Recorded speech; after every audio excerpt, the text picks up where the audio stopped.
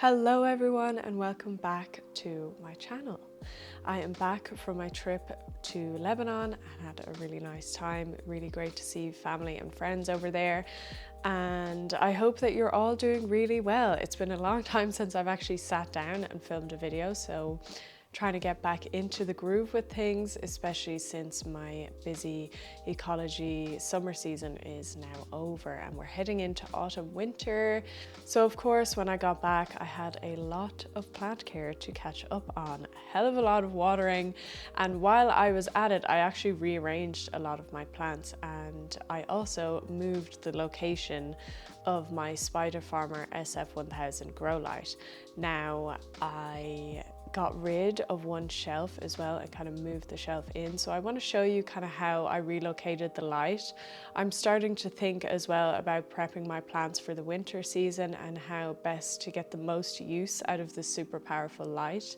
Spider Farmer sent me this grow light back in April, so it's been around 6 months since I've had it, and I have a couple of plants under there that have been under this light for the entire time. So I'm going to show you some plant growth updates on those and see how they're doing. Some of the new plants I've put under the light, as well as maybe compare some of the footage, especially with some of the seedlings that I had under there. So really this new relocation is kind of an experiment to play with plants that require higher light and plants that don't require as much light, and kind of using the shelves to play with those distances between the light source and the actual location of the plants as well. So thank you for joining me. I hope that you enjoyed this video. So this is where I have the light and where I've kind of relocated it to. And here are the plants down below. So if you've seen my recent houseplant tour, this longer shelf was actually over here, and I had a shorter shelf here where I kept the light. So the light was actually really low down to the ground, and I don't know why this didn't occur to me earlier, but having the light up higher, obviously I can maximize the number of plants that are underneath the light and put the plants that require higher light up closer to the light, and the plants that require lower light obviously down below. So this is the current setup. So the way I have done the light up here, you can see it here under this epipremnum. So I have the on switch, which I already said it kind of gets jammed sometimes. Maybe I can show it. Oh no, it didn't happen that time, of course. Sometimes it doesn't fully turn off, but yeah, I just leave it on and I turn it off at the socket. I have it just down lower here on this knob just for this video, because otherwise it will look crazy.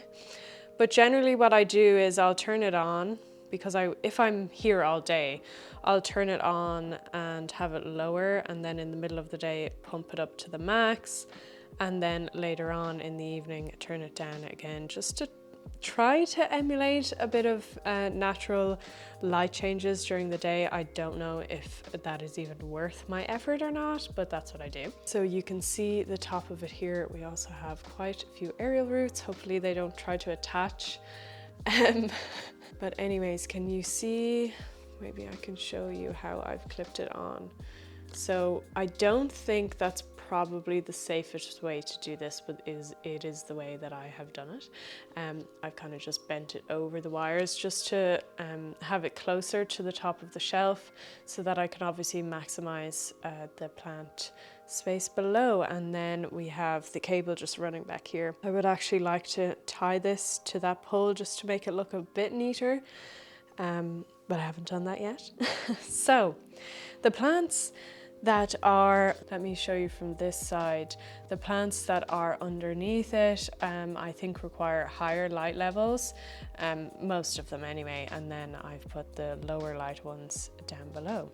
So let's go through what I have here. I have my air plant Tillandsia usnioides here, still doing really well, so this gets some light. I've moved my Pilea glauca here. Now I always get worried about this plant in winter because it really hates the heating and the drop in humidity, but I'm hoping that the higher light levels might keep it a bit happier. So I've moved that here. Then I have a Micans in Leca, which I'm kind of trying out for Micans. It has nothing to climb up right now. It's still very small. Here we have my Syndapsis pictus exotica, and this plant is quite a slow grower for me, so I've moved it up to a higher light situation to see, does that help? Is that the issue that I'm having with it? Otherwise, it seems pretty happy. This is a new leaf, a bit smaller, but very pretty.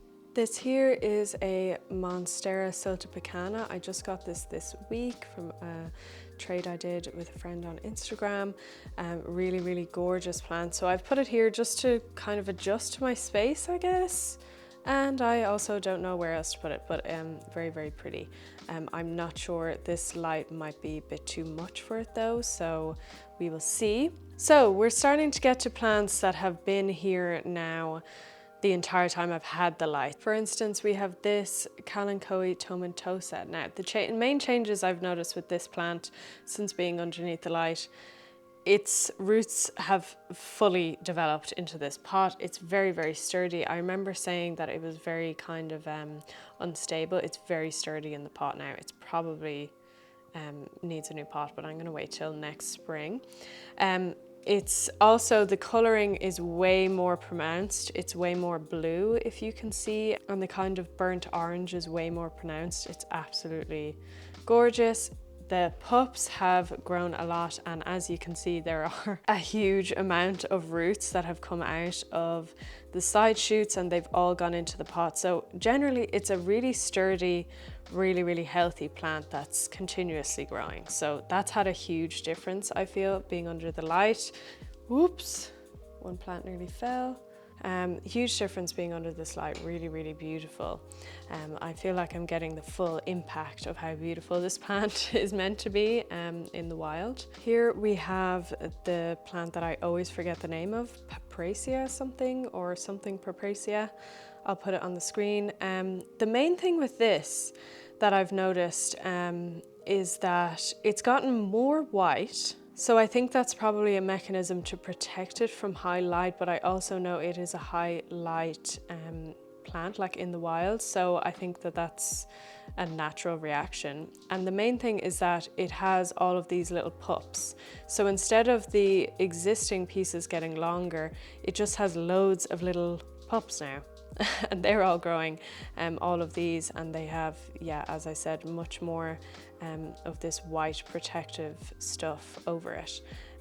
So it seems very happy. I think it would be really cool if it can eventually fill out the pot and cover the top. Will be really pretty, but I just love this weird plant. These are my Lithop seedlings that I sowed on the 31st of January this year. I will compare the footage of these at the beginning of getting this grow light and now. There's been an absolutely huge difference. They actually look like Lithops now.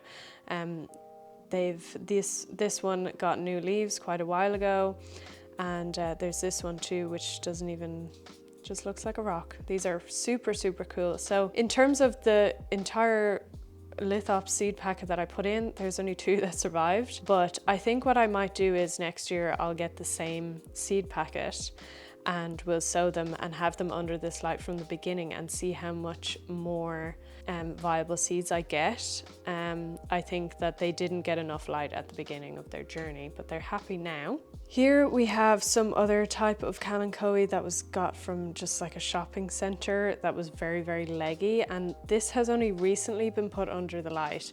I'd say it's been here for about 2 or 3 weeks. All of this growth from this point up is what has grown. So you can already see it's becoming less leggy, and also the color is much more red and pronounced. So I may or may not propagate that down next spring, but I'm just interested to see how much better it does, really. Over here we have my Begonia luxurians, which I have, as you can see, chopped the absolute crap out of and propagated, because this is one of the, to be fair, few plants that did not survive my trip away. I kind of suspected it might not, and I prepared myself for that, so I'm regrowing it. It's already gotten some shoots. I've put it under the light. Oh look, we have some roots there. I've put it under this light just to help it along, give it the best chance, and making sure it does not rot on me. So I'm pretty happy with that.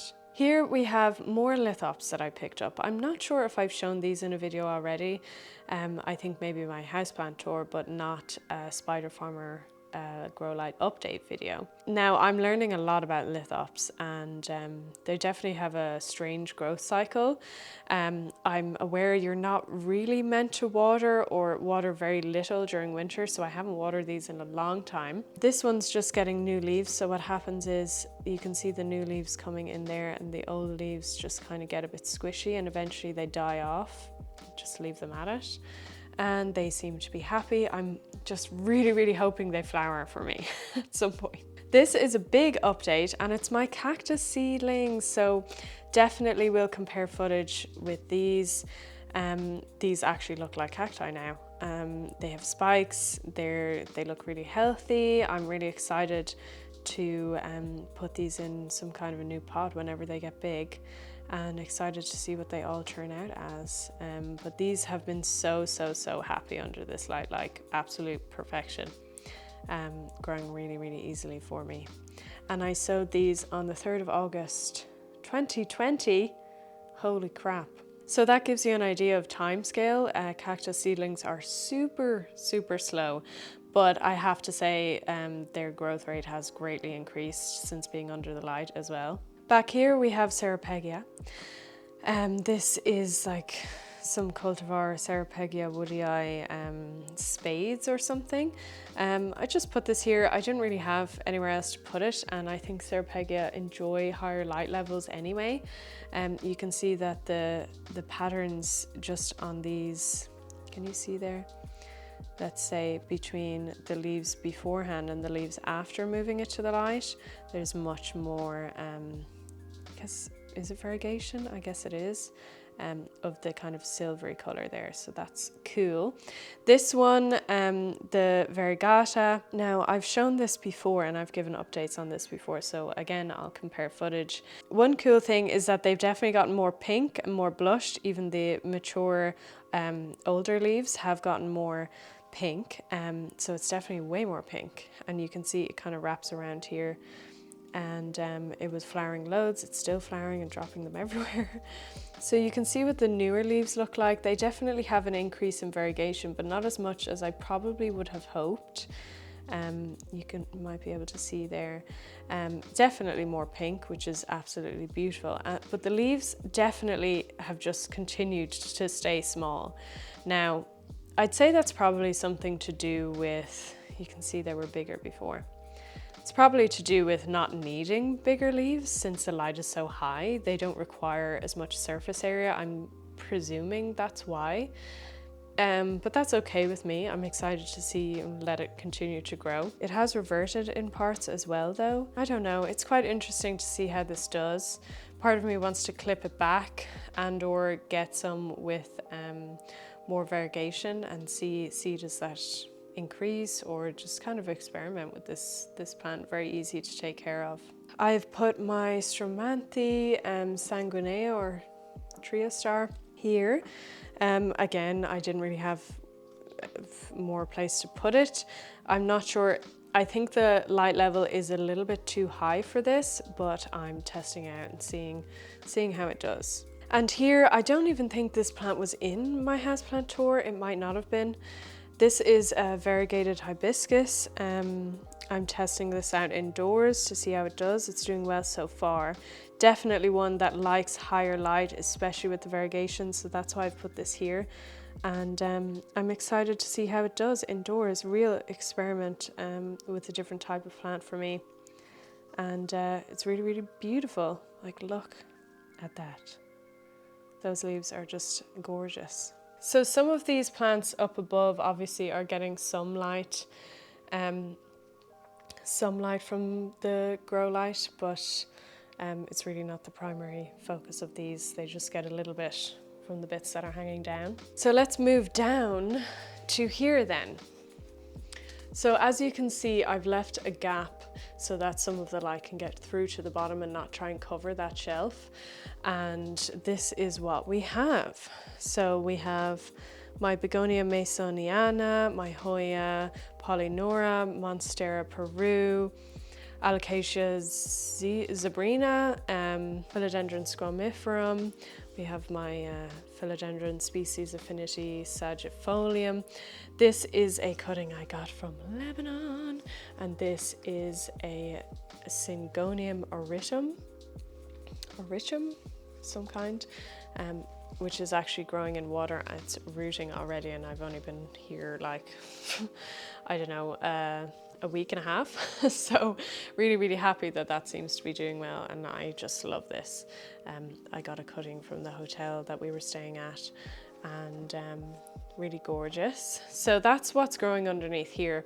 I obviously have my branches and sticks and stuff. There's a new squamiferum leaf growing, and I have these kind of all together like this. So that's what's growing underneath there. They obviously don't require as high light, and I think as long as I'm putting this light on high power at some point during the day, it will seep down to below, and it does get some light obviously from the skylights that are here as well. So that is it really for this video. That is the update.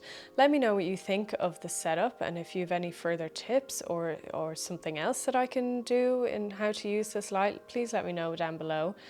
Now that I have it, I just want to continue using it to the best of its ability. I also want to talk about the light itself and how easy it is to use, how I found it after all of this time, around 6 months, as I said. I did cover this in previous videos, but I guess I just want to kind of update you on how I feel about the light now.